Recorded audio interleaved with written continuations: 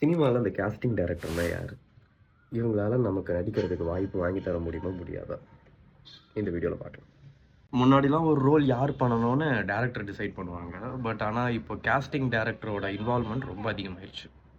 இவங்க ஒருத்தங்களுக்கு நடிக்கிறதுக்கு வாய்ப்பு வாங்கி தரதை தாண்டி இவங்களுக்கு ஒரு ப்ரைமரி பிஸ்னஸ் ஒன்று இருக்குது. அவன் நான் என்னன்னு சொல்கிறேன். காஸ்டிங் ஏஜென்சியாக இருக்கட்டும் இல்லை மாடலிங் ஏஜென்சியாக இருக்கட்டும், ரெண்டுமே உங்களுக்கு ஒர்க் ஷாப்ல தான் ஆரம்பிப்பாங்க. அந்த ஒர்க் ஷாப்பில் இந்த ப்ராஜெக்ட் மேடம் தான் பண்ணாங்க, இந்த ப்ராஜெக்ட் சார் தான் பண்ணாங்கன்னு ஆற்றுவாங்க. அங்கே தான் இந்த ரியல் பிஸ்னஸ் ஸ்டார்ட்ஸ். ஏஜென்சிக்கு ஏற்ற மாதிரி பிஸ்னஸ் மாறும். ஃபுல் டைம் அவங்க வந்து மூவிக்கு காஸ்ட் பண்ணுறாங்கன்னா ஆக்டிங் கோர்ஸ், இல்லை அவங்க டிவிசி ஆட்ஸ் அந்த மாதிரி பண்ணுறாங்கன்னா ஃபோட்டோஷூட்டு. இந்த ஆக்டிங் கோர்ஸாவது பரவாயில்ல, ஏதோ யூஸ்ஃபுல்லுன்னு சொல்ல மாட்டேன். பட் இருந்தாலும் தெரியாதவங்களுக்கு என்ன கல்ச்சர்னு தெரிஞ்சுக்கலாம். பட் இந்த ஃபோட்டோஷூட்டில் ஒரு பிஸ்னஸ் பண்ணுறாங்க பாருங்கள். இந்த ஃபோட்டோஷூட்டோட கான்செப்டே உங்களை விதவிதமாக ட்ரெஸ் பண்ண வச்சு, மீசை தாடியெல்லாம் ஷேவ் பண்ண வச்சு, party wear, traditional wear, western வேர்னு உங்களை ஃபோட்டோஷூட் பண்ணி அதை அவங்க வெப்சைட்டில் அப்லோட் பண்ணி அந்த ஃபோட்டோவை பிராண்டு பார்த்தா உங்களுக்கு ஆப்பர்ச்சுனிட்டி கிடைக்கும்னு சொல்லுவாங்க. அதுக்கு அவங்க ஒரு பேக்கேஜை சார்ஜ் பண்ணுவாங்க. Starting from 15,000 to up to 1 lakh, அதுக்கு மேலேயே போகலாம், டிபெண்டிங் ஆன் ஏஜென்சியை பொறுத்து.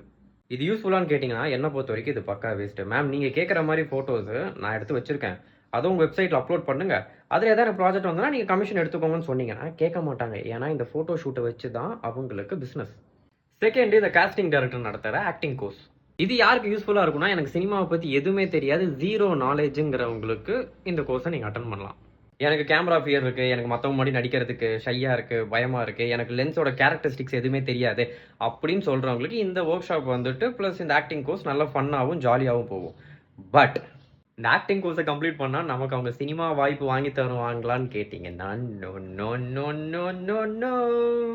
முன்னாடி கூத்துப்பட்டுறேன்னு ஒன்று இருந்ததுல அங்கே வந்துட்டு முத்துசாமி ஐயான்னு இருந்தார். அவரு கீழே படித்த நிறையா ஸ்டூடெண்ட்ஸ் வந்து இப்போ பெரிய பெரிய இடத்துல இருக்காங்க. பட் அதுக்கப்புறம் காலப்போக்கில் அவர் தவறின பிறகு தெருவுக்கு தெரு, ஊருக்கு ஊர் நிறைய ஆக்டிங் கிளாஸஸ் வந்துருச்சு. பட் அதனால எந்த ஒரு யூஸும் கிடையாது. முயற்சி பண்ணுறவன் இன்னும் முயற்சி பண்ணிட்டு தான் இருக்கான். வாய்ப்புக்காக கஷ்டப்பட்டுருக்கேன், இன்னும் கஷ்டப்பட்டு தான் இருக்கான். இந்த கேஸ்டிங் ஏஜென்சிங்கிற பேரில் வாய்ப்பு வாங்கி தர எல்லா ஆர்டிஸ்ட்டுமே ஆல்ரெடி நல்ல எஸ்டாப்ளிஷ் ஆர்டிஸ்டாக இருக்காங்க, இல்லை பேருக்கு பின்னாடி ஏதாவது ஒரு பேரோ, இல்லை எல்லா வீடியோலையும் சொல்கிறதா இந்த வீடியோலையும் சொல்கிறேன், இங்கே எதுவுமே இல்லாமல் வர்றது தப்பு கிடையாது, எதுவுமே தெரியாமல் வர்றது தான் தப்பு. கடைசி வரைக்கும் முயற்சி பண்ணுவோம், எல்லாம் மாறணுன்ற நம்பிக்கையில். அண்ட் தயவு செஞ்சு உங்கள் ஃப்யூச்சரை சேவ் பண்ணாமல் சினிமாவுக்குள்ளே வராதிங்க. பை.